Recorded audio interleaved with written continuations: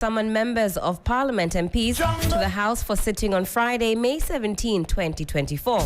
The summons for MPs to appear in the House comes after members of the Majority Caucus triggered a process to demand the recall of Parliament after the Speaker adjourned the House on March 2024. Let's take a listen to the Majority Leader in the House of Parliament, Honourable Afenyo Markin, on this matter.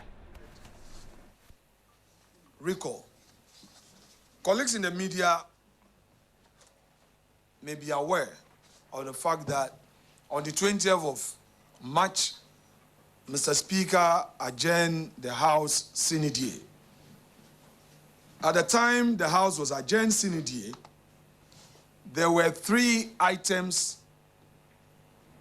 of urgent importance to government that had been advertised to be taken.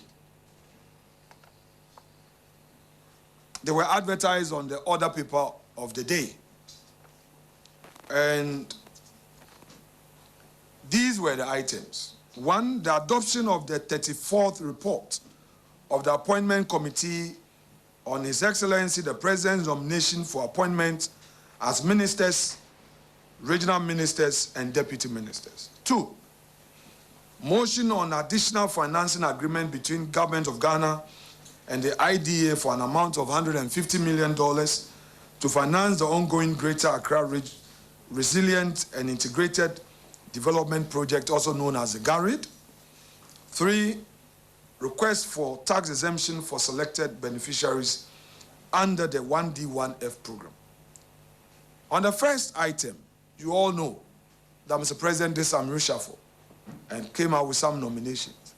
As you are well aware, the appointment committee sat on all of the nominees, interviewed them, engaged them, asked the relevant questions, and the report, as was tabled on the floor, was by consensus. So all we left to do is to take it through the motion of voting. On the issue of the GARID, that is the IDA 150 million, the committee had done its work. In fact, we had taken the motion, and the Works and Housing Subcommittee, Committee of Parliament had expressed certain views, and Mr. Speaker advised that the matter be taken back to committee and the leadership of the Works and Housing Committee be asked to join to express their views so that said views get incorporated.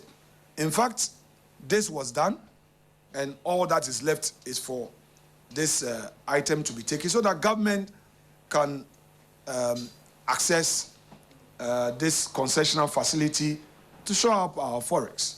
We all know the situation with our city, and these are things that, if we are unable to speedily deal with, would affect our economy.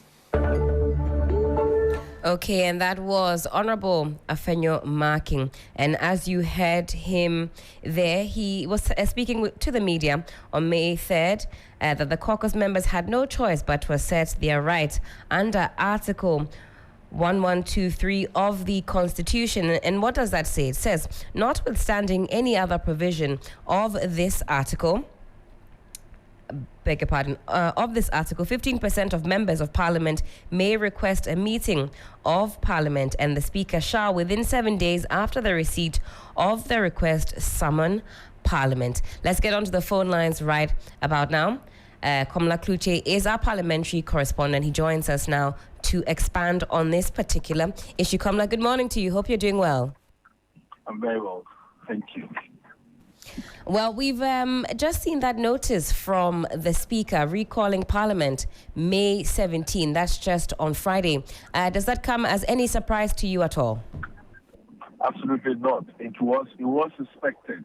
Even before the petition, we knew that there was going to be an attempt by the majority to, as it were, try and have a recall of the House because of what happened. The day they went on recess, which was the 20th of March, which was a Wednesday, We knew the circumstances. The Speaker had come to give an official response to the Speaker, to the President on his stance on the anti-LGBTQ bill, which the Speaker said the position of the President, one, was unconstitutional, unlawful, and he makes the point that, well, it flies in the face of separation of powers. And so, I mean, we all knew, I mean, just shortly after the Speaker gave that lengthy response to the President in the chamber, the Speaker adjourned the House Senate and did not allow the leadership of the House, as the majority and the minority leaders, to make their concluding statement, which is a norm, so to speak, at the close of every meeting that they do. And so we knew, I mean, the anger that had erupted also, yes, members of the minority, for want of a better word, were pleased with it, that the Speaker gave such a response, and abruptly the House was adjourned. The majority was angered about it. They came out in a press conference, called out the Speaker's conduct, and so we were expecting that, yes, this would come. And so we also got wind of information that they were gathering signatures, and I mean, the signatures for recall, it just requires 15 members, or 15% of right, the total membership. And so once they met it meant that, I mean, it was an easy coup for the majority to have that done. But what it means, or what it is that the Speaker haven't seen or realized that the majority leader in the petition met all the requirements there is. He's bound. And if you look at the provisions in the Constitution, it is shall, and shall is mandatory. So the Speaker has absolutely no option than to allow for the House to be recalled, or he has to recall the House.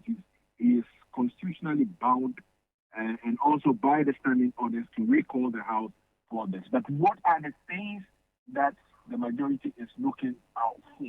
That's right. One, they are seeking to address key government business items, including the adoption of the 34th report of the Appointment Committee and a motion on additional financing.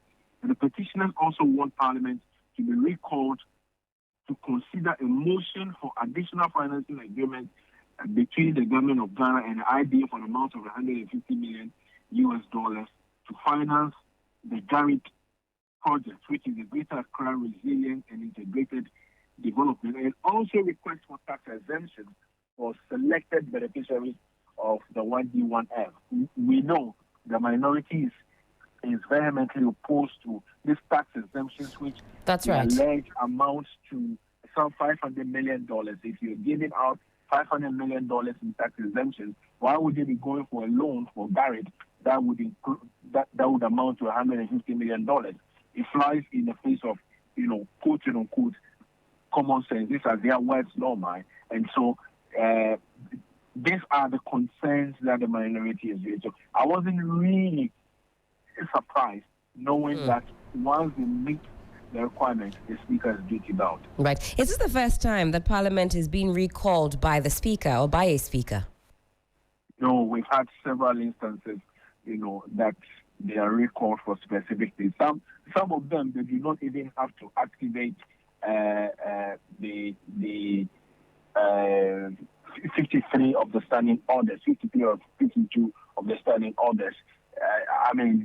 Just by a request from the government. And this one is where consensus actually holds. In the past, we have seen where both of them, by consensus, would agree that there's a need for them to come and quickly look at it. For instance, if there is some urgent business that has to be done. I think in 2020 there was an instance like that. I think during the COVID time or something. I thought you correct that. I have to cross-check again. But there's been several instances where the House has been recalled to consider, things and all that. They go and they sit for just a day, they're done, or maybe they sit for 2 days, and then they're done. In this instance, it's just for 1 day, and so they have to consider all these things.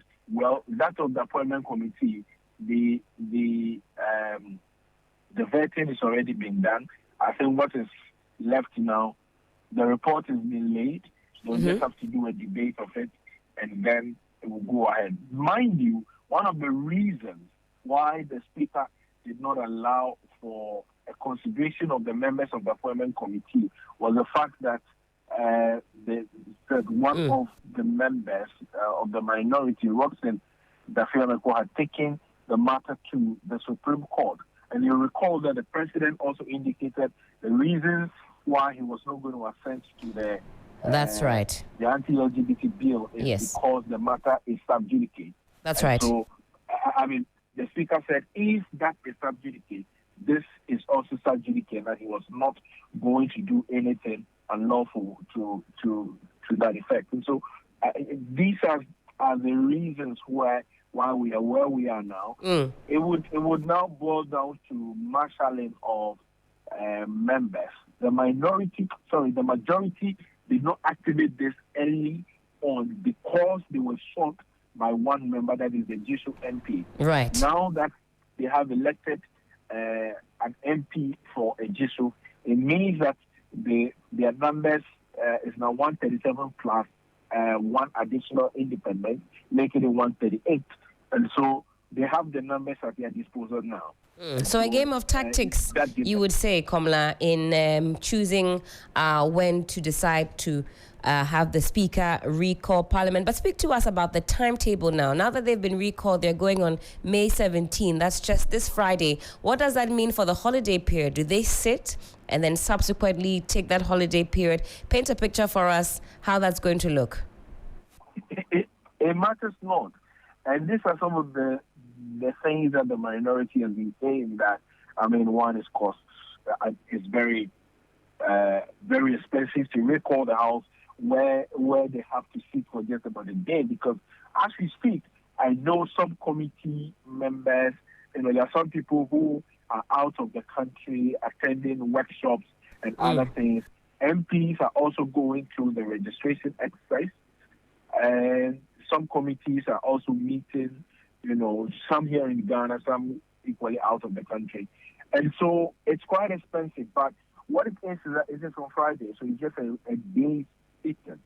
It does not affect when they will come or when they resume for the break, which we understand, even though the date is not yet out, we understand it's supposed to be at the close of the month. So that has not been communicated yet by the parliamentary service, but this is outstanding and has no effect whatsoever on when they come back from the holiday. So they can sit on Friday, and if they have to sit again the following Tuesday to resume their from their Easter break, that's what the calendar says. And so there's nothing that can be done about it. But as we speak now, it's only the Friday that they have to sit, and then they attend to this businesses, 3 of them, and then they will go ahead. But what is important, though, is that I do not get any sense of, well, you may never know what is under the sleeves of the minority, whether in all of this they would also want to pull their weight. Because that's what I was going to ask you next, Komla. What do you think the posturing then of the minority is going to be heading or going into Friday, May 17? I think their position is well known. On the issue of the nominees of the president, I mean, they stated the positions. One, the fact that the position of, for instance, Roxanne, is that the president would have to bring them before the appointments committee. But we have equally seen some of the people who he had indicated or he had cited in his lawsuit who have appeared before the appointments committee. And so whether that one has been solved or not, I'm not too sure. But we know the position of the minority on the Garrett loan, with the 150 million. you would also be asking, are they against it because it is meant to solve the flooding issues in the Greater Accra region? I mean, with the onset of the rains now, there's a need for some serious work to be done in that regard. But would it be that scrutinized? Right. In the past, we have had some amount of money that has been paid and spent to deal with the floods and all that. There's a need for them to look at it in the national interest and not just the particular interest. But I know how they are averse to the issue of the granting of the tax exemptions to the beneficiaries of the 1D1F.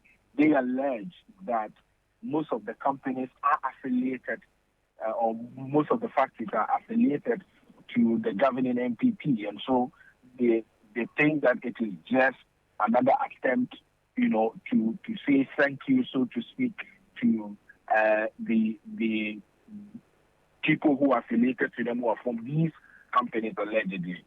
I also know a position of the chairman of the finance committee, Kweku Kwati, who is actually not in support of these tax exemptions, and this has nothing really to do with just the 1D1F beneficiaries, but it has to do with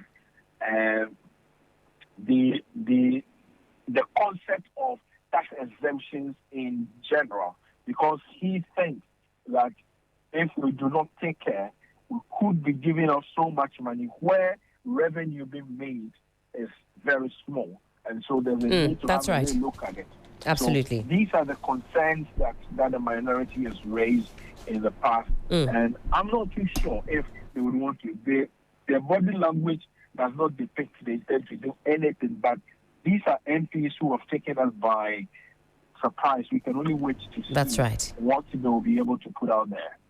Certainly, and we wait to see what happens on May 17th. Komla, I know you will be in pole position giving us a play-by-play account of what's happening in the House of Parliament. Thank you so much for lending us your time this morning on 3FM Sunrise, on 3FM 92.7. Have a wonderful day, Komla. And that was Komla Kluche, our parliamentary correspondent, speaking to us about this issue of Parliament being recalled May 17 by the Speaker of the House. The majority caucus is invoking its rights under the law in good faith. My answer is yes, we are. And the Speaker shall, mandatory, within 7 days after the receipt of the request, summon Parliament. Now, this constitutional imperative has found space in our new rules book. According to the majority leader. Well, that was Afenyo Marking there, speaking about the government business that needs to be attended to. Very, very important and pertinent indeed. So very big ticket items there that need attending. We have a motion on increased financing and the acceptance of the 34th report in the House of Parliament, May 17. My producer, Sixtus Don Ulu, joins me back to wrap up this particular conversation. But Sixtus, I'm just turning my attention to, as citizens, you'll be wondering, what does this mean for me as a citizen, right? Just putting the issues into context. We've had a break from Parliament business. That means that the issues of some loan approvals, they've been on the back burner. We have some government appointments that need to be, shall I say, stamped on finally, because now we have all manner of titles so that they can go about their work. President's representative at the ministry. Oh, at the ministry. This is my first time personally hearing such a designation. But talk about economic stability, delays in approving. But did you ever hear special assistant to the regional minister? Special assistant to the regional minister. Or minister. Kufuor had that. I see. Kufuor had regional ministers, in some instances deputy regional ministers and special assistants. Yes. In other instances, they were just regional ministers and special assistants to the regional ministers. There were no deputies. What do we have now? Essence, now we don't have deputies, do we? Now we don't have deputies. We don't have deputy regional ministers. So in essence, the special assistants to the regional ministers were acting as deputy regional ministers. Okay. Yeah. Ajana one. Ajana two. Talking about economic stability, delays in approving loans and budgets could, of course, lead to uncertainty in the financial market, affecting investor confidence and potentially destabilizing the economy. For that reason, I say that our MPs must return to the House of Parliament. Also, infrastructure and development. This is the year that government wants to tidy up some projects, so Parliament must go back and tidy up that business. Talk about business confidence as well. Uncertainty over government appointees, government business. Again, it does not bode well for us in the business community. We want things to be done correctly and in a timely fashion. But do you agree with Komla that it's a game of tactics as well? The majority waited until the Ejisu by-elections were concluded and then boldly asked that Speaker recall the House as they had that 15% necessary. Yes, you can't. you can't bite yourself because the numbers at the time were not in favor of the majority, and a lot of these things would be put to a vote. Also, if you recall how the House was adjourned, you'd realize that it wasn't on a cordial note. Not at all. So all of those things are things that the Honorable Afenyo Makin and his side would have considered before making this particular move. And in any case, there have been instances where the House has been recalled out of recess to come and consider bills and other business. But they have never really had to invoke the special clause that has been invoked. And so that will tell you that there's a long game that the majority had to play following the unceremonial, as they describe it, or unusual rise of the House at the last time. And so I'm not surprised that the majority went or took this particular route. What worries me, Helen, is the fact that we have had to go on this push and pull, which ultimately would affect the taxpayer, because it costs money to summon the House, convene the House. Correct. It costs money to reconvene the House. If the House was supposed to do 10 weeks and the House did 9 weeks or 8 weeks, and there were other businesses that had to be considered but had not been considered, and the House went on recess, what it means is that the next reconvening would be prolonged. So if the House had to do 10 weeks at this time, they would have to do 11, 12 weeks. And that is extra cost on the taxpayer. So this fracas that we're seeing, for example, between the Speaker of the House and the President, it's not just something that we watch on TV and think, oh, violence. No, it has a direct impact on our pockets. Us, yes. As taxpayers, we should be seriously disturbed by whatever played out in Parliament before they went on recess. We should be seriously worried about it. It wasn't just a fight between Parliament and the presidency and the executive. Right. Or for those who want to narrow it down to Speaker Bagbin and President Akufo-Addo. It wasn't just a fight between two individuals or two institutions of Parliament. It's a fight against Ghanaians. That's how I see it. Shall we take it a few steps back and recall what Speaker Bagbin had to say? Members of the Majority Caucus had cause to describe it as somewhat scathing, a bit unflattering and accusatory, if you will. Take you back to some 4 weeks ago. Take a listen. Formally deliver is so crucial to the existence of not just the institution of Parliament, but of democracy in this country. And so I want to plead with all of you to pay attention.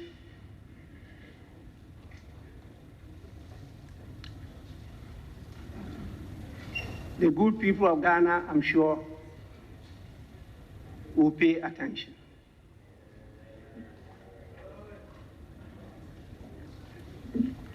Honorable members, I address you today amid circumstances that profoundly challenge the core principles of our constitutional democracy. At the outset, I must express my profound regret concerning the conduct displayed by the President following Parliament's successful unanimous passage of the Human Sexual Rights and Family Values Bill 2024.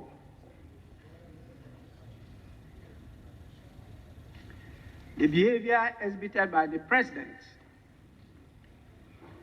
in refusing to accept the transmission of this bill not only deviates from established democratic practices, but also undermines the spirit of cooperative governance and mutual respect for the arms of government. This is a principle that forms the cornerstone of our political system. Such actions, if left unchecked, risk setting dangerous precedents that threaten the integrity and functionality of our democratic institutions. To situate this statement in the appropriate context,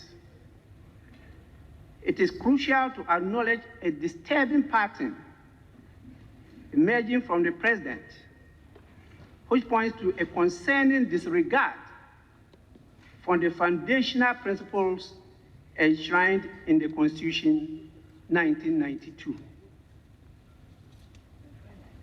This pattern has once again been made evident in the President's recent refusal to accept the presentation of the Human Sexual Rights and Family Values Bill. The recent move is not isolated. It forms part of a series of actions that undermine the legislative process. As you may recall, I addressed this House on the 22nd of December 2023 in a formal statement. The purpose of that statement was to draw your attention to the President's refusal to assent to 4 critical bills that have been duly passed by this House. 3 private members' bills and 1 public bill. 3FM 92.7. All right, so I thought we'd just take it a few steps back for those of you who are uninitiated, as we've been talking about the recall of Parliament, May 17, just this Friday. So 6-2, we wrap up on this one. You say it's not just a case of the executive versus the legislative. It's in fact the good people of Ghana who are bearing the brunt of all of this tango, this fracas, if you will. So some of the questions you would want to ask. The President's representatives at the ministries, are they being paid? Are they salaried? Are they on any special perks? Who is paying for that? Based on what? Who sanctioned it? How is it going to be audited? So if the ministers had been approved or disapproved of, then the President would have known that, I mean, I don't have a minister for so-and-so sector. Let me renominate so that the person will go through the process again. Then you would have had other sector ministers overseeing. Right. So what should happen is that if there's no minister for information, any other minister, substantive minister, would be given oversight over the Ministry of Information. So, for instance, Esla Osu could be asked to oversight the Information Ministry. But we are not seeing that now. So you are seeing Okoboy being addressed as special representatives of the President at the Health Ministry. And you still have a substantive minister oversighting that particular ministry. What are we up to? What are we up to? Well, all roads lead to the House of Parliament, May 17. You see, he's raised a very fundamental... Eduji, you didn't give me an opportunity to introduce you this morning. No, very energetic. In fact, I'm describing you as rambunctious this morning, Eduji. The reason why I don't want you to go is that you are still in the law school. Yes. And we are all students of the law.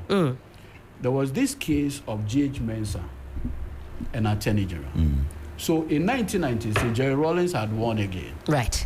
And by 1997, he decided to retain some of the ministers. From 92.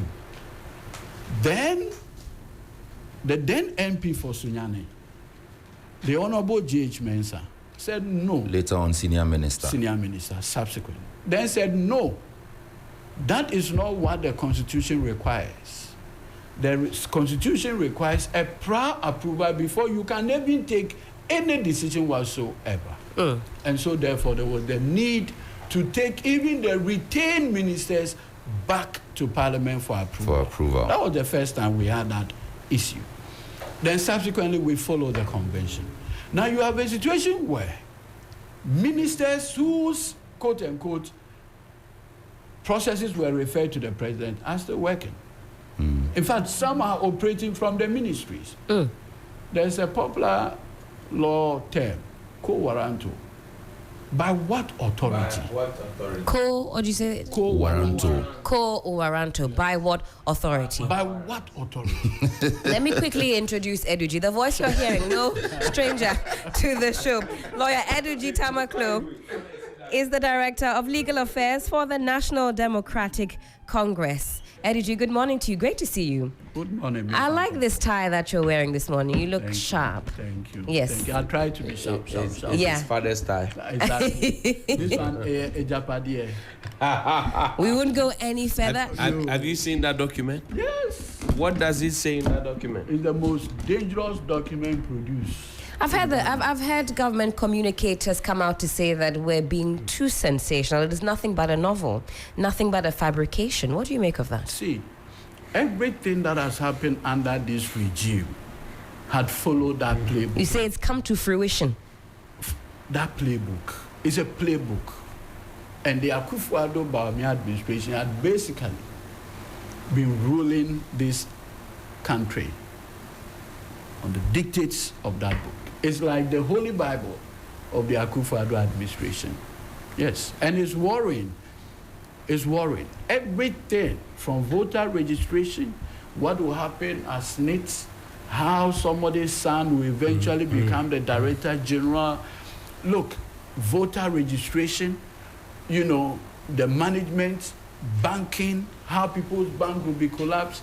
All these things are featured in that particular you say it's not one to be ignored. It's not a document to be ignored. It's too dangerous to ignore that book without an altar. Well, that's not on the bill this morning. Yeah. Let's turn our attentions to the limited voter registration. Eduji, I'm sure you've had a chance to assess some of the happenings, some of the fallouts as far as this limited voter registration is concerned. Quite interestingly, for all of us here, is the issues of the BVRs. We've seen how that story has traveled from it being laptops, you know, laptops being missing, not connected to BVRs. And now ultimately the EC is telling us what? That some BVR kits, in fact, have been stolen. Yeah. Under CCTV camera. It's their warehouse.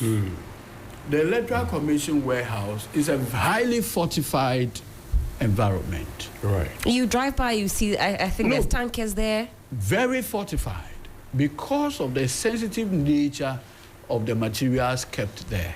That's right. Look, in 2020, the government of Ghana, Parliament approved $74 million for the acquisition of those materials, those equipment, those kits. So it tells you that these kits are very valuable and they contain you and I, our personal data. That's right. Who you are. In fact, your biometrics, your fingerprint impressions have all been harvested and are stored on those materials. So those are security matters. So we wake up one morning, And remember that initially when the NDC minority, led by Tuforsin, the Honorable, raised this issue, there was an initial flat denial. Then By the Electoral Commission? Yes. Then Madam Jane Mensah then appeared before the Special Budget Committee of Parliament.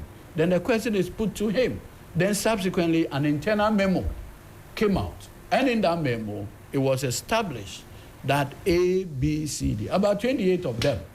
Subsequently, we are told that some persons working at the Electoral Commission have been arrested and put before the courts, obviously vindicating the position of the minority. But you see, what is even more worrying is the back and forth between the Electoral Commission and Imani. That's right. They've had cause to put out some press release challenging what Imani has said about these missing BVRs. And not only the missing. Look, this country, we are extremely wasteful. And sometimes the pain I have is that if Ms. Ampopo has $74 million and he has equipment that were just purchased not long ago and refurbished in 2018, would Ms. Ampopo throw it away and purchase new one with $74 million if it's your own money? I'd be prudent. You'll be prudent. So first, there's lack of prudence. Look, you have a situation where the Electoral Commission in 2018 spent so much money to refurbish these.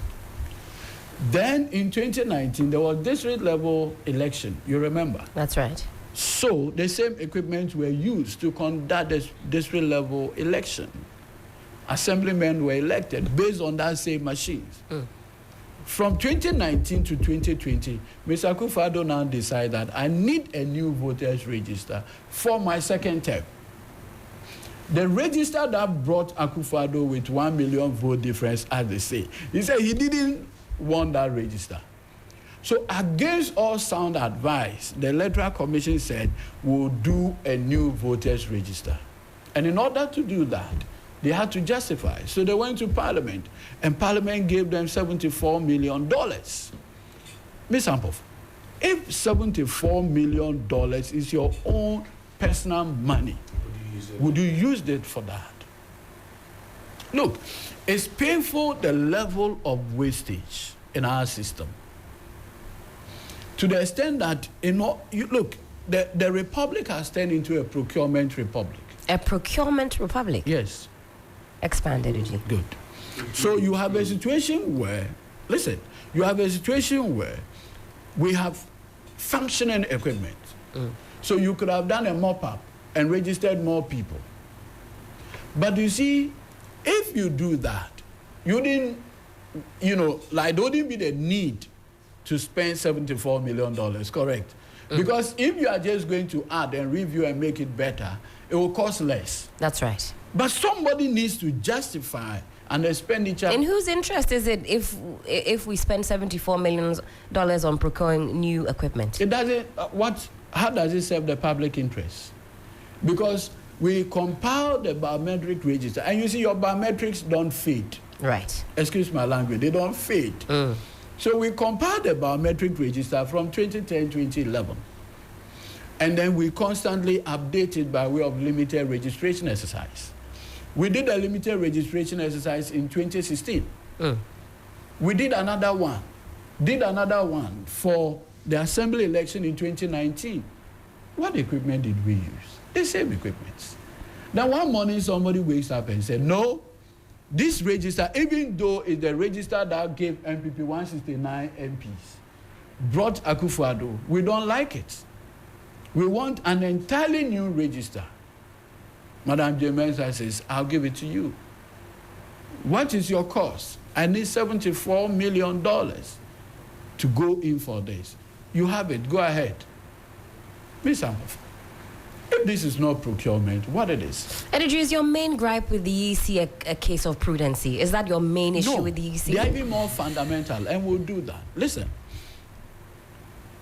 We have a situation where the Electoral Commission went to Parliament. And Parliament passed what is known as CI 91, subsequently amended by CI 126 and CI 127. By law, the CI says that before the Electoral Commission will say, the studios of 3FM is a polling station or a registration center, they should consider two most important things. Right. One, accessibility and suitability. Okay. Accessibility including proximity? Yes. Okay. Access, your ability to access the place. Sure. And how suitable is the place for the purposes? So you want people to come and register and you want to have it in a room. How are you going to manage the queue? Okay. Among other things. That's what the law says. Sure. One morning we just up and Jemesa says, I am going to do the registration only in my district office. Example. In my district office. Now, so I'll give you a classic example. Now, when you go to WAEC, the head office, right, just around Ridge, that's where the Greater Accra Regional Office of the EC is, right? Sure. Okay. Do you know that that's a registration center housing 5 constituencies? 5? Yeah. I see. I also West Wogon. I also Central, North, East. All these people from Nima, Mamubi, who have 10, 18, from East Legon, all of them would have to move to Ridge Hospital for the purpose of getting their voters card. Why? So as far as accessibility is concerned, they've scored no points. Zero. Now, you see, Ms. Ampopo, it is not the case that we do not have the kits. In 2020, how was the registration done? In the respective communities. That's correct? Right. So what it means is that you have more than enough kits. Why limited to 261 district offices? Why?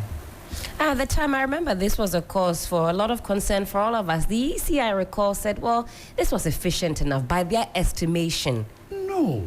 You see, people say, the more educated a Ghanaian is, the more he makes life difficult for his compatriots.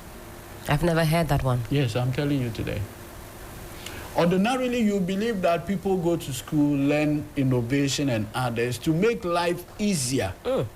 But in our case, the more educated we are, the more we tend to, as it were, afflict pain on our countrymen and women. What is the sense in limiting the registration to the district offices? What was your inference then? Let's cut to the chase. Voter suppression. And I'll give you a classic example. So there's a constituency called Northton. Right. Samuel Okujetua Blackpearl's constituency. That's right. The district capital is on the eastern side. Okay. When I say eastern, from here, you get to a place called Sigi. And then you do a turn. Sure. It takes you to Aveyime, Mepe, Bato. That's where the district office is. But the constituency stretches to Juapong. You know where Juapong is? Not too familiar. Good. From after Akosombo. I see. On your way to Ho. So you are asking somebody to move from Juapong and come to Bato for the purpose of getting his voter's card. And now the person comes and you are telling him that the registration is done online. Online requires internet connectivity. Correct. So he comes and you tell him that there's no internet connectivity. You know why? Because Madam Jemesa had decided to contract only one internet service provider, MTN. So when the intranet is off, people have to wait in the queues. So people out of annoyance will just say, look, I'm going, I won't come back again. Eduji, is this a money issue? Is this a money problem? Listen, in 2023, Madam J. Mensah went before the Special Budget Committee of Parliament. Because of how sensitive their works are, their budgets are not approved in the normal budget approval process. That's right. There's a special committee called the Special Budget Committee. That evaluates EC budgetary proposal. It's like military budget. Got it. You don't want to put it out in the public. But today you are going to buy this sensitive thing. No. Security issues. Yes. So it's a small committee that looks at it at that close level, not even the entire parliament. So you go there and you have what is called your work plan from 2023, 2024 up to 2028. And you say, per your work plan, these is the activities you want to undertake. It will cost you 200 and so million Ghana cedis. Then Parliament said, no problem if this is what it will cost you. Not even a reduction. Okay. What you wanted, Parliament gave it to you. So where's the excuse? Okay. Well, that certainly paints a picture for us. Let's fast forward into this limited voter registration.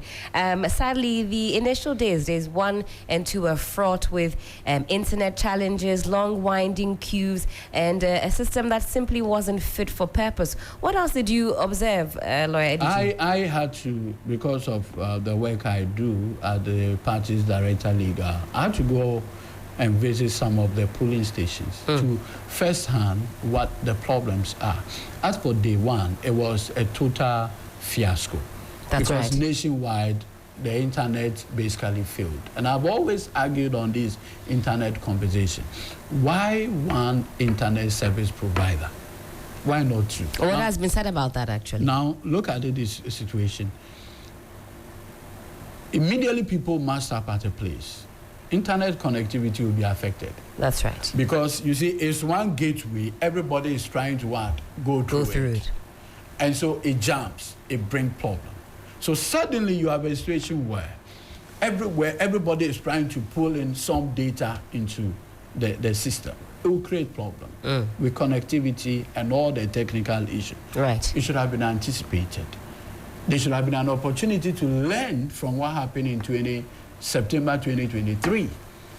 All those useful lessons were lost on government. And now so we find a situation where we are having to struggle with this registration exercise. Extremely pathetic, extremely avoidable. And that, for me, is where the pain is. Madam Jane Mensah appears not to be learning from all the lessons, and it's extremely painful. And the net effect is that we are allowing young persons who barely turn 18 or 18 and above having to go through the torture of getting voters' card. It's painful. You describe it as torture. Yes. I mean, I can agree with you to some extent. Being in a queue from 5 a.m. to 8 a.m., all of that. A friend picked the two daughters to the ridge there. Right. When they said, well, they were asked to come there early morning. So by 7 a.m., carried the case there. As at the time I was talking to her, it was 11. And they didn't have any belief that it will happen. It was one. Out of anger, he said, look, kids, let's go home. Some people might not even return. Come back. So you have suppressed the votes. You have suppressed their decision making. And I believe that these things have been deliberately done. And I'll tell you why. You see, first-time voters are typically the kingmakers in every election. I see. Yeah. Are you speaking to data? Yeah. Okay. So in 2016, that year alone, 1.6 million fresh voters came onto the roll. Now, a person who attained 18 in 2016 was barely 10 in 2009. That's right. Or 2008. So today, a person who has turned 18 this year was barely 10 when John Mahama left office. Was barely 10. He doesn't know anything. The person's political reality, economic reality is the incumbent government. So you're saying that persons who have turned 18 or those who maybe turned 18 a couple of years ago, maybe 2021, who are now getting onto the voters registration, they're living and feeling this is it. What is going on, and that's what is going to inform that decision. And mostly they are not aligned. They are not politically aligned. But if they've just come out of a free SHS, for example, will that not be an incentive for them to give this government more time? I'm coming there. So you have a situation where that's even the assumption is that all of them are in school. Fair point. You are even operating with the assumption that all of them are beneficiaries. It cannot be the case. Right. There are persons who are 18 and for one reason or the other could not progress. So it cannot be the case that all of them are beneficiaries too. I have seen data that shows that 77% of funding of free SHS comes from parents.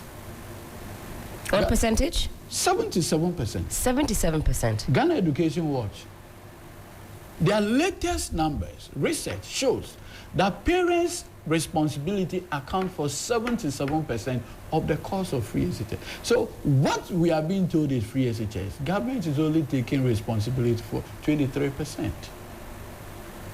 You are shocked. Can we call it free SHS? I don't know. I leave that to your judgment. So now you have a situation where these are the numbers. School reopens. Parents would have to buy prospectus. In 2016, that same parent was grappling with exchange rate of 4 cedis to a dollar. Today he's having to deal with 15. Energy is 15? Are we not hovering at the 14 mark? No. Oh, I must check. Please do. I know I don't want to have a heart attack. Let's Exactly. continue. I spoke to a business friend who has a loan in dollars, and he nearly collapsed. Because he said, look, I have to mop up a lot of cedis just to get a few dollars. In fact, in the first quarter of this year alone, we know the cedi has depreciated by some over 12%. Yes. So these parents, the parents of these persons who have just turned 18, what is their living reality? What is their living reality? And so, if you look at the data, and that appears to be influencing this administration, it's as much as possible, limit how many of them get onto the roll. I'll give you another example. In 2020... Oh, Eduji, this is a sensational assertion. No. I'll give you another example. In 2020, these free SHS students were given a special dispensation to register in the various secondary schools. You remember? I recall that. That some argument was that because of COVID, allowing these students to register, the possibility of spreading among others, government insisted that the kids register in their schools. Now, after the 2020 election result, now get this. Before free SHS, we are told that Akufo-Addo won the election with 1 million votes. That's right. Right? He had not done free SHS. He had not done one village, one dam. He had not done 1 million per constituency. He had not done anything. He won with 1 million. Right? Now, at the time when the president had become president, has done all the things his vote reduces to 500,000. What accounted for that? Miss Ampofu. I think it should have been rewarding. I agree. Or, unless my logic is not... No, I agree with you. Because you see, when you have not done anything, right, you are doing 1 million.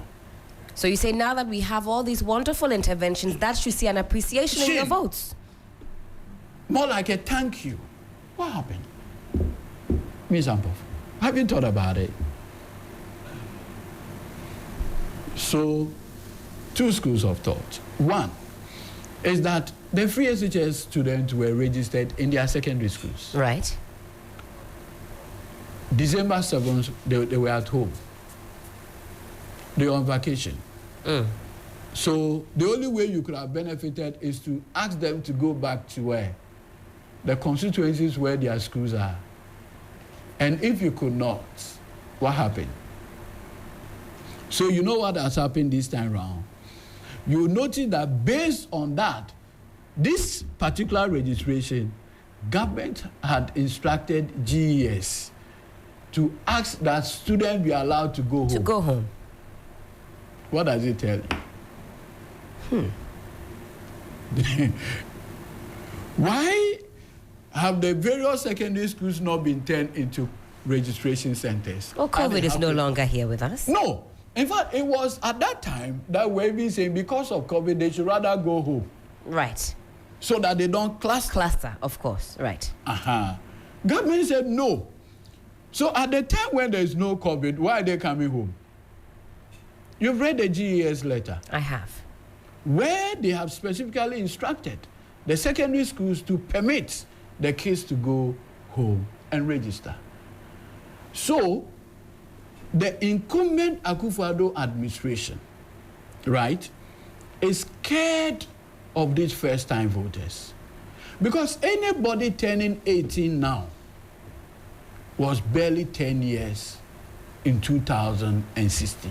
You say now they are well aware, of the situation, of the economic problems. Of the economic issues. Right. These kids, whenever they want to go to school, their parents are asking them, oh yes, school has reopened, but give me 2 weeks. I want to mobilize. I want to do this. The person's mother sells at Abosokan. He's a spare parts dealer. In the past, because the city was a bit better, he needed not mobilize more to get a few dollars. So if he had to go and buy these spare parts valued $10,000, he needed only 40,000 Ghana cedis to get that $10,000. Today, that same parent, listen carefully, that same parent today needs 140,000, 150,000 to get the same $10,000. And you say that there will be a conveyor belt to come and vote for you. It doesn't work that way. It doesn't. If that kid, and I will show you something. You know this delivery company called Global? They're packing up. In fact, they did it 10th May. When was that? So they are gone. They're gone. They're gone, okay. So look at that company, and I'll just do a simple analysis using the current economic situation. Because right after that, we'll be getting to a press statement from the NDC. I'll deal with that. Sure. So if assuming in 2020, Global brings in money to invest in this country, if they do sales, general sales, and their revenue is 10 million Ghana cedis, what would have been the dollar equivalent? Where do we stand now? That at that time would have given them almost plus or minus $2.5 million. Right. Because it was 4 cedis. So 10 million Ghana cedi, the dollar equivalent of that profit or revenue is $2.5 million. Right? Okay. Today, if Global is making the same 10 million Ghana cedis, the dollar equivalent is how much? 1.5. It will not even get to $1 million. It will be like $700,000. From $2.5 million to $700,000. Not surprising that other multinational companies also want to leave our shores. You have to rake in so much to get little. So when you see multinationals going, in the past, shareholders will get $2.5 million from their operations in Ghana. Today, the same shareholders are getting $700,000. Who would want to maintain that business? Me, Sampofu. So it is just not.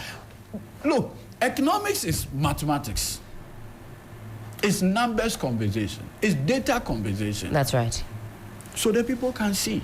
And you say the youth can see. They're feeling it and currently living it. Well, Eduty, let's fast forward a little bit. I'll just give you another example so we can move on. All right. The cost of data. Look, almost every 18-year-old, one way or the other, has a smartphone. The Internet of Age, they want to connect. That's right. With others globally. Research, learning, items among, and entertainment. Yes. TikTok, this. They're on Instagram everywhere. What is the vehicle for that conversation? What brings you, what connects you is data. By reason of data, You can be here and connected to somebody in the US by way of a Zoom meeting. That's right. What is the cost of internet today? Very pricey indeed. That is their reality. So it is simple. Young people are the one feeling the brunt of the Akufo-Addo Bawumia incompetence. Let's get on to some other issues that concern this limited voter registration. There's a press statement here for immediate release dated the 13th of May 2024. NDC responds to arrest of the Member of Parliament for Esutifi South. Esutifi South.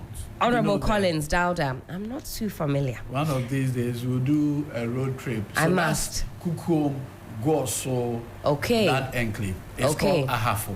Aha. Ahafo. Right. We must take a road trip. That place had about 6 constituencies. Okay, and it's at the center of this current controversy. So this is in connection with the ongoing voter registration. Now, the National Democratic Congress, NDC, has taken note of a statement by the Ghana Police Service. In fact, when we did the news review this morning, it splashed across the various front pages. In fact, the Anchor newspaper this morning, if you can see it, says, police arrest NDC MP Collins Dauda. I'll carry on with the statement. So it says, has taken note of a statement by the Ghana Police Service that it has arrested the Member of Parliament, Honorable Collins Dauda, for his alleged involvement in some disturbances at a voter registration center at Kukum in the Esunafo South constituency in the Ahafo region. Now, having had the benefit of the facts surrounding the said incident, the party wishes to respond as follows, and there are 4 paragraphs. Bear with me here as I go through this. Now, on or about 10 a.m. on Saturday, 11th May 2024, a group of thugs belonging to the ruling New Patriotic Party, numbering about 40, besieged the constituency registration center at Kukum, wearing face masks and dressed in what looked like military apparel. These NPP thugs unleashed violence on the registration center. They attacked and chased away perceived first-time NDC voters, numbering about 150, who were in a queue waiting to be registered. These hooded NPP thugs, who were led by one anointing, that's in quote, threatened the accredited NDC agent, police officers, and other observers, insisting that they will not allow the first-time voters to be registered. The attacks persisted from 10 a.m. until 3 p.m. on that fateful day. Now, at about 3 p.m., the police at Kukum called for reinforcement from the regional police command at Goso. This did not, however, deter the NPP bandits, who continued to engage in heated verbal exchanges with the police at the scene, insisting that they will not allow the perceived supporters of the NDC to register. Now, in the midst of the pandemonium, one Daniel Arthur, a known NDC member and the assembly member for the electoral area, Denyase, Abu, the NDC coordinator for Asari Chrome electoral area, as well as the NDC's registration agent at the center, were severely brutalized by the NPP thugs. Now, upon hearing the ongoing chaos, some NDC supporters rushed to the scene to ascertain the situation for themselves and offer some support to the NDC supporters who were under attack. Upon seeing the NDC supporters, some of the NPP thugs bolted. Calm was restored at the center for some time, allowing some of the harassed supporters of the NDC to register. Now, in a sudden turn of events, one of the NPP thugs drove across the blocked road when the Esutufi South NDC supporters were leaving the center. He then pulled out a gun and began to shoot indiscriminately at the NDC supporters in their vehicle. At this point, the NDC supporters, in the exercise of their right to self-defense, shot back to deter the thugs. No one sustained gunshot injuries. Now, this fact is corroborated by the police in their investigative reports read to Honorable Collins Dauda in the presence of Honorable Eric Opoku, MP for Esunafo South, at the meeting on the morning of Sunday, 12th May 2024. We wish to place on record that at no point was the Member of Parliament, Honorable Collins Dauda, present at the Kukum Registration Center on Saturday, 11th May 2024, contrary to the claim by the Ghana Police Service. Honorable Collins Dauda was busily monitoring the ongoing registration exercise in his constituency, Esutifi South, and was nowhere near the incident at Kukum. The release goes on to say several NDC supporters who were hospitalized after being brutalized by the NPP thugs have since lodged official complaints with the Kukwom police. The NDC condemns in no uncertain terms the unprofessional haste of the Ghana Police Service to publish the so-called arrest of the Member of Parliament for Esutifi South and create the impression all over the media as though he has committed a crime. Now, for emphasis, Honorable Collins Dauda has committed no crime. The allegation by the police that he was involved in some disturbances at the ongoing voter registration in Kukwom is palpably false and must be treated with the contempt that it deserves. This goes on to say a few more. I'm redacting just for the sake of time, but ultimately it ends as such. Even though we in the NDC will never initiate any such attacks, let it be known that our supporters reserve the right to defend themselves against any violence or attacks. This is signed by Samit Jemfi Esquire, National Communications Officer of the NDC. Eduji Tamaklo is still with us and he can speak to this further. So, Eduji, this morning, as I mentioned, across all the various newspapers this morning, we've been talking about the alleged or supposed arrest of Honorable Collins Dauda. This press release by the NDC paints certainly a different picture and goes into detail about exactly what happened. What do you know? So, once again, thank you. So this matter is a matter that is professionally within my because yesterday, before the Honorable Colin Dauda honored the invitation by the police, I spoke to him in the morning. Okay. So he gave me a briefing. First, he wasn't there. He was okay. So there are two constituencies within Ahafo. Sure. One is Esutifi, and the other is Sunafo. Colin Dauda is in one. Eriko Poku, the ranking on Agric, is on the MP for the other. Okay. So, he, Collins, being in his constituency, in the same region, now hears that when people come to register, there are tax that are preventing them in Eriko Poku's constituency, not his. In Esunafo, not in Esutifi. In Esutifi. Sure. So he is at a funeral. Sure. So later in the day, he now heard that there was what? Altercation, as you've narrated the press release. Then the police calls him and said, look, we saw a campaign van branded in your posters and others. So we want the person driving that particular campaign vehicle. But you are the one that can produce the person because it is branded with your pictures. That was all. Now the man gets there, then you say, you have arrested him. And he said, I've not been here the whole time. And the police officers who were actually manning that registration center confirmed that Colin Dauda never came there. Right. So even then, the police themselves decided that no, I mean, if this is the case, we'll grant you self-recognizance bail. And that was it. Then police publishes it, Colin Dauda arrested. Completely mischievous. Completely mischievous. And I have no doubt that the police put out that one-sided narrative for particular mischief purpose to create a certain image. And look, I have always said, my good friends are policemen by reason of the work that I do. Right. I'm a lawyer. I interact with police at almost every turn. And so I try to maintain that dignified professional relationship with police officers. But if you read this particular release, you can see that it is laden with a lot of political mischief. Put Colin Dauda's name there. Dent his image. When what happened has nothing whatsoever to do with him. In fact, the actual perpetrators of this were the MPP tax that were sent to Eriko Poku's constituency, as it were, to stop the process of registration. Because so actually, just paint the picture for us. It was actually in Eriko Poku's constituency where all that fracas, noise, and everything was happening. Yes. Aha. And Colin Dauda was not even there. And the police themselves admit that. However, there was some branded vehicle of his over there. He's over there. So the police said, come and produce who the driver is. Why did they want to know the driver of that vehicle? Do you have any further intel on that? I'm saying that it is completely mischievous. Anybody reading the story, I mean, just as it was reported yesterday, will feel that, maybe this thing is something happening in Colin Dada's constituency and blah, blah, blah. No! Eric Opoku. Far. Kukuom.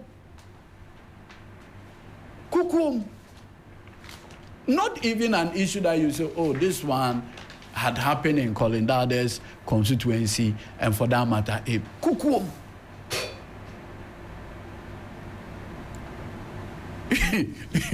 Kukuom.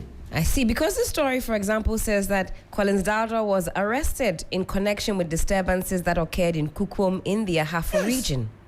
Kukuom is Eric Opoku's constituency. And the police themselves, because you see, the registration center has some police officers. Right. The police officers themselves know that Collins Dada never stepped foot there. Why would you want to do this? I think that the police should withdraw and put the proper facts out there.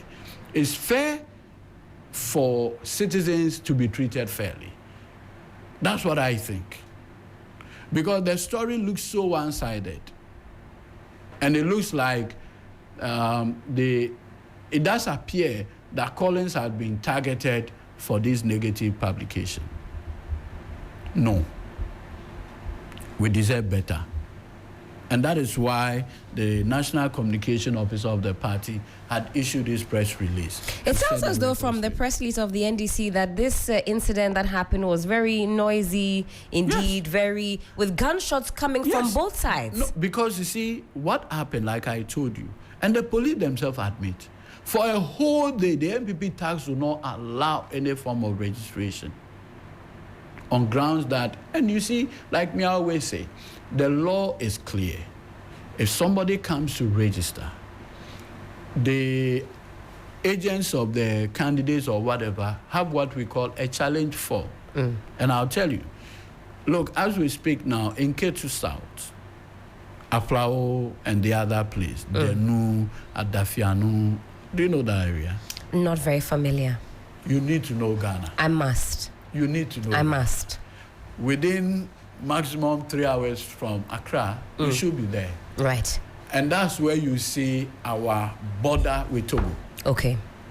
Very beautiful place. Just by the Atlantic Ocean. That's another perspective you need to explore. Definitely.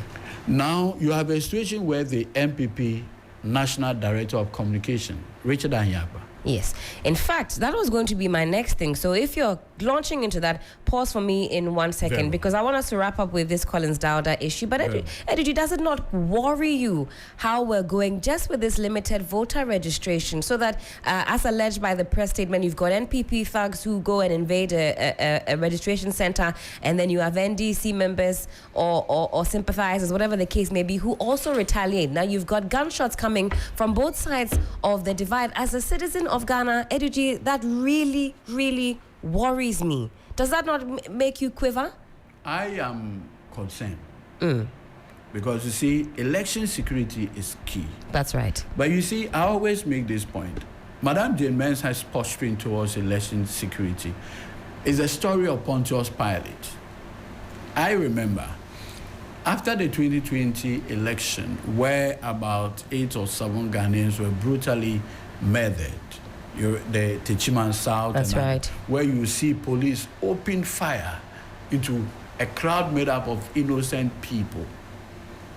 Now, when these issues came and they were raised, Madame Jane Mensah said, look, I'm not responsible for election security. I am not this, I am not this. It's your election. You are the principal officer for election management in this country. So her body language towards some of these things, for me, is extremely telling. And we need to be worried. Something we're certainly keeping an eye out. In fact, there have been other instances of violence and disturbances. And you see, I'll tell you something. That is why some of us have always argued that decentralize the process more. Because you see, the more people gather, the higher the chance of tension. And you say also more difficult for the police to deal with. Yes. In this particular instance, police were there, but they couldn't. So again, it brings into the public conversation the capacity of the police to deal with some of these violent incidents. Now, I take note of the last paragraph of the press release where it says, even though we in the NDC will never initiate any such attacks, let it be known that our supporters reserve the right to defend themselves against any violence or attacks. What do you mean? You'll match people boot for boot? What are you saying? Our point is that we are not cowards, right? We are not cowards. We are also not second-class citizens of this country. We have equal stake in the forward march of this country. And so any attempt by any group of people that they can cow us into submission. You won't be turning the other cheek. We dare not do that. We dare not. You see, there is this concept in international diplomacy, mutually assured destruction. MAD, mutually assured destruction. Do you know the reason why U.S. has not been able to attack Russia in many years? Tell us more. Good. Because you see, when you are in Russia, you can see Alaska. You've got a clear view. Clear view. So the U.S. knowing, mindful of the implication if they attack Russia, that Russia will return maybe superior fire. They are all, so today you hear the U.S., we have placed sanctions on so and so person, we have done this, but to attack, no. It is out of their books. That's what I can say. Well, time check, it is some 31 minutes past the hour of 9. You're still live here on 3FM Sunrise on 3FM 92.7. I don't know if Lawyer Did is saying that they too have a clear view of Alaska. Where Alaska is, who Alaska is, I'll leave that to your imagination. But a few of our callers this morning wanted to know more about, shall I say, the Richard Ahiagba saga. In fact, he has responded this morning on his social media concerning the videos that you and I saw circulating on social media. I'll read what he says to us all. Lawyer Eddie G is still here. We'll get his thoughts and then we'll wrap up on this conversation. So Richard Ahiagba has this to say. He says, I've seen some videos on social media by NDC operatives to misinform Ghanaians. The claim that I tried to double register is false and without merit. Here is what happened. He says, I have registered and voted in K2 South since the year 2000, and my citizenship and sonship of K2 South are well known to the NDC agent who challenged my eligibility today. In 2020, I received a voter's ID for the 2020 general elections from the Electoral Commission. However, during the 2023 limited voter registration exercise, my biometrics failed to register, and I've since discovered that many others have had the same issue. I tried to rectify this administrative error during the 2023 limited voter registration exercise, but the EC officials advised me to seek inclusion later or get a new voter IDs card during the 2024 limited voter registration window. He says, today, I went to the registration center where I registered in 2020 to fix the EC's admin error, but I was met with a frivolous and obstructive challenge to my eligibility. Despite my attempts to advise the NDC challenger to stop obstructing the registration process, both the NDC agents and EC officials paid no attention. This challenge is a sign of more disruptive acts to come. Therefore, I urge the EC to take a firm and decisive stance to deal with these tendencies and ensure peace. He goes on to say, I am committed to going through all the necessary processes to get my name on the register and exercise my democratic right to vote and support the new patriotic party come December 7th. And it's signed Richard Ahiagba. He's the director of communications for the new patriotic party. Eddie, did you see those videos that were floating on social media and beyond? And you saw Richard Ahiagba at the center of it, others trying to challenge that registration. You know, there's a popular saying among we lawyers that nothing convicts a man faster than his own words. I wish Richard never issued this statement, because this statement damns him. It puts him into condemnation. Completely. Does he even understand why he's put together? What part is most concerning? Good. Now, in 2020, Richard Anyagba voted. How could you have voted if your biometrics were not captured? Because the BVD does two things. You are able to verify the person biometrically and manually. So it cannot be the case. So that's the reason why, even if you misplace your voter's card, you can still vote, because just by putting your fingerprint, it pulls out your data, wherever your data is. That's right. So this story, colorful presentation by Richard. You're describing this as fiction. Yes. Fantasy. Colorful. Exaggeration. Let me even put it mildly, barefaced lies. That's the mild variation. Yes. And you see, why am I saying this? You, Richard, in 2020, you registered, claiming this registration is for new registrants, correct? He says in 2020, I received a voter's ID for the 2020 general elections from the EC. However, last year, during the limited voter registration exercise, his biometrics failed to register. No. If you had gotten registration done in 2020, was it not biometrically done? That's correct. During the COVID. That's right. That was when I obtained my voters. So in the limited exercise in September last year, I didn't go there. You had no need to go there. No need to. You've been captured. In fact, he himself admitted that he was given a card. In fact, he says I received a voter's ID card for the 2020 general elections. By extension, that means your biometrics, everything is captured before you get it. Right. He voted. So that is why I'm saying that this statement damns him. His matter is beyond redemption. I don't know who advised him to put this out.